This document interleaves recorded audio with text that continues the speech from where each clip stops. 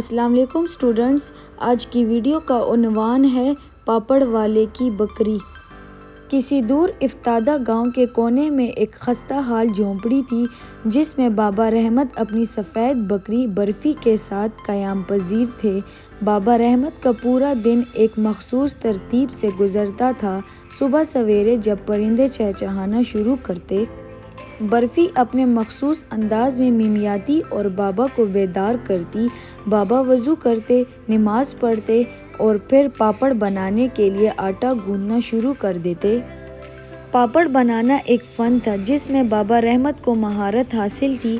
وہ آٹے میں خاص مسالے، زیرہ اور کالی مرچ ملا کر اس کی باریک لوئیاں بناتے اور پھر انہیں دھوپ میں خشک کرنے کے لیے پھیلا دیتے۔ برفی کا کام یہاں سے شروع ہوتا۔ وہ سارا دن ان پاپڑوں کی چوکیداری کرتی۔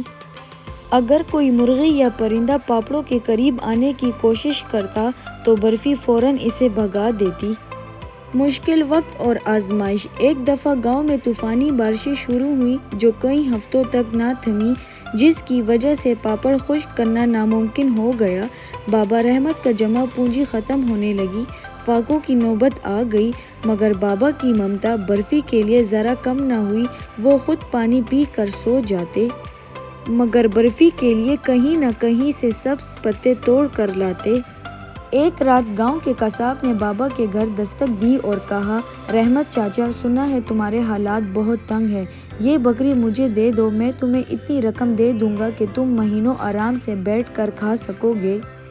بابا رحمت نے بڑی متانت سے جواب دیا، بیٹا، انسان جب بوڑھا ہو جاتا ہے تو وہ اپنی اولاد کو بوجھ سمجھ کر کسائی کے حوالے نہیں کرتا۔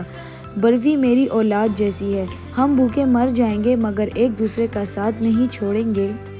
جنگل کا واقعہ اور غیر متوقع موڑ۔ بارشیں تھمیں تو ہر طرف ہریالی چھا گئی۔ بابا رحمت برفی کو چرانے کے لیے دور جنگل میں لے گئے۔ وہاں ایک جگہ برفی اچانک رک گئی اور زمین کو کچرنے لگی۔ وہ مسلسل بابا کی طرف دیکھتی اور پھر ایک گھنی جھاڑی کی طرف بھاگتی۔ بابا نے تجسس میں جھاڑیاں ہٹائیں تو دیکھا کہ وہاں ایک قدیم صندوقوں کا کونا نظر آ رہا ہے جو بارشوں کی وجہ سے مٹی نکالنے پر ظاہر ہو گیا تھا۔ بابا نے جب اسے نکالا تو وہ پرانے دور کے تانبے کے سکوں اور کچھ زیورات سے بھرا ہوا تھا۔ بابا رحمت ایک ایماندار انسان تھے۔ انہوں نے وہ خزانہ چھپانے کے بجائے گاؤں کے نمبردار کے پاس لے جانے کا فیصلہ کیا۔ راستے میں انہیں وہی شہر کا تاجر ملا جو پچھلے سال راستہ بھٹک گیا تھا اور اب بابا کا شکریہ ادا کرنے گاؤں آ رہا تھا۔ خوشحالی کا دور۔ نمبردار اور اس تاجر نے جب بابا کی یہ ایمانداری دیکھی کہ اتنی غربت کے بعد انہوں نے خزانہ پیش کر دیا تو وہ دنگ رہ گئے۔ تاجر نے نمبردار سے مشورہ کر کے فیصلہ کیا کہ اس خزانے کا نصف حصہ بابا کو بطور انعام دیا جائے گا کیونکہ یہ ان کی بکری نے ڈھونڈا تھا۔ اس رقم سے بابا نے اپنا پکا مکان بنوایا اور پاپڑ بنانے کا ایک بڑا مرکز قائم کیا جہاں اب گاؤں کے دوسرے غریب لوگ بھی کام کرتے تھے۔ برفی کے لیے ایک خوبصورت اور آرام دہ باڑہ بنایا گیا۔ اب برفی کے گلے میں پتل کی ایک خوبصورت گھنٹی تھی جس کی آواز جب پورے محلے میں گونجتی تو لوگ سمجھ جاتے کہ بابا رحمت کے پاپڑ تیار ہو چکے ہیں۔ نتیجہ: یہ کہانی ہمیں سکھاتی ہے کہ صبر، ایمانداری اور جانوروں کے ساتھ مخلصانہ سلوک انسان کی تقدیر بدل سکتا ہے۔